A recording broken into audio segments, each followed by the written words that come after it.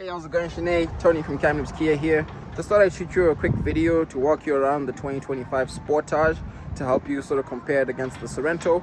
Right off the bat, here it is. Starting off on the driver's side, I've got 5 quick things I'd love to point out for you. And again, I'm just going to zoom right into the driver's side door so I can point out your keyless entry option, which will lock and unlock your car door.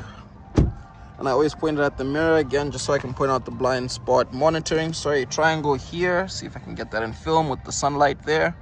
And then the turn signal indicator. Then I zoom all the way back out just to point out your your tank for your gas, and then your driver's side of the vehicle. And then right below that would be a beautiful set of 18-inch mud and snow tires. And I always zoom right in so you can see both the size and the mud and snow symbol.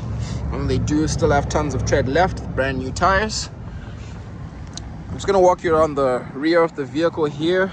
This trim unfortunately does not come with the power lift gate, but it does have an easy open lift gate with the pistons to assist you there.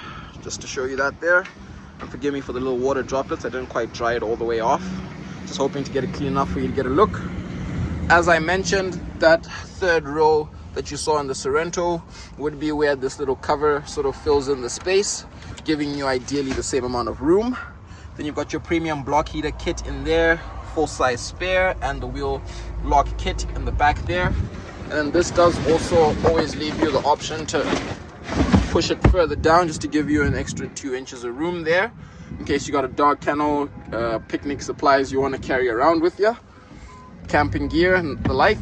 And then I always show you the easy fold option for the second row seats, that little lever there, and there's a little 12-volt accessory in the back in case you want to plug in a fridge, like I said, for your picnic. Then you got the little handle here to make closing the lift gate a little bit easier. Coming around on the passenger side of the vehicle, I always pop into the second row seats here just to show you. Unfortunately, there's no longer the heated seats in this trim in the second row, and the seat back simply clicks right into place with an option to adjust it right here. And then popping right on into the passenger seat just so we can have a closer look at the seat configuration. I always try to make sure we know whether or not it's a power seat, where in this case you're gonna have a manual adjustment seat for the seat back up here and push forward and back over there. Gives me a chance, I guess, to show you the panoramic moonroof in this trim as well, because it was one of the things that was very important for you. And then just coming around on the front, I always pause right up at the front there to show you the Kia Tiger Nose grille. Absolutely love it. And then right up onto the driver's side seat where all the magic happens, as we always joke. And then right before I sit down, I always try to get you a good idea of the controls on the door here, where you're gonna have your power adjustable mirrors, left and right, your door lock control, and then you've got one touch up and down driver and passenger window or automatic windows, and the rest are just going to be power windows there with the window lock control. Then you're going to have your illumination control as well as traction control and your electronic parking brake just to the left of the steering wheel. You've got your little hood door latch over there in the fuse box. Tilt and telescopic steering, I always show you how that works. Always takes me a little extra effort with one free hand. Then we've got our 6-way power adjustable seat with the lumbar support, just for your maximized comfort. And then just before I pop in, I want to show you the remote start, because it is on the keys. And again, one of the things that you marked for me as important. Similar sort of setup with the lock button and the hold button at the back. So we're going to hit lock. A little bit easier for me today because my hands aren't quite as frozen. Boom, just like that. Make sure that it works. And then again with the keyless entry option, unlock the car and hop right in. So dust my shoes off here real quick. Boom, as you notice, screen's already on, everything's running. Fully interactive touchscreen, just like our Sorento, with a little bit of a different display there.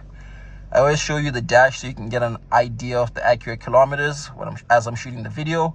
And just to make sure that there are no warning lights presently on in the vehicle, besides the parking brake little symbol here and the second row seat belt warning, just to let us know that the passengers in the back, if there were any, are not buckled in.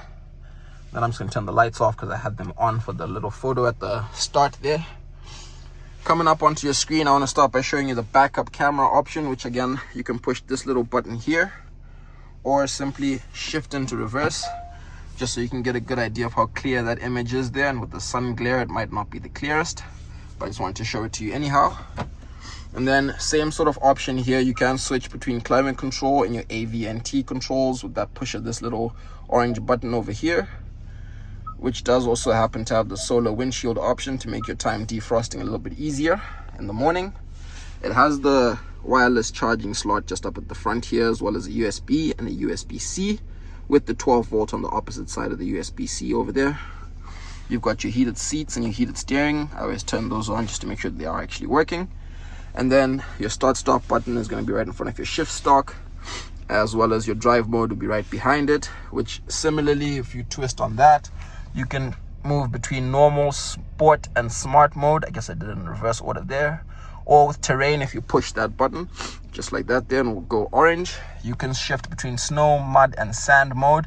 And this time I try to do it in the correct order, and I'll leave it in normal driving mode. I like to think that's just about all the buttons I can point out, besides your downhill braking control and auto hold, which were also in the Sorento. And again, your home link system in case you have a garage door you want to sync up there, roadside assistance and SOS, and the touch lights still in this vehicle here, as well as the option to turn it on for when the doors are open. I'm just going to show you the sunroof here really quickly, or the panoramic moonroof I should say, which does open the cover all the way back over the second row seats there, and the roof itself will only open just about to behind the first row of seating, driver, passenger over there, just to limit that noise, vibration and harshness that comes in as you're driving. And similarly, I want to show you the back seat so you can get a good idea of space. I'd like to think this just about covers everything. I've got your phone projection. In this vehicle it will be wired, Apple CarPlay or Android Auto, where in the Sorento it was wireless. And besides that, you are still going to have your Kia Connect. I really hope this helps answer some of the questions you have about the differences. Please let me know what you think.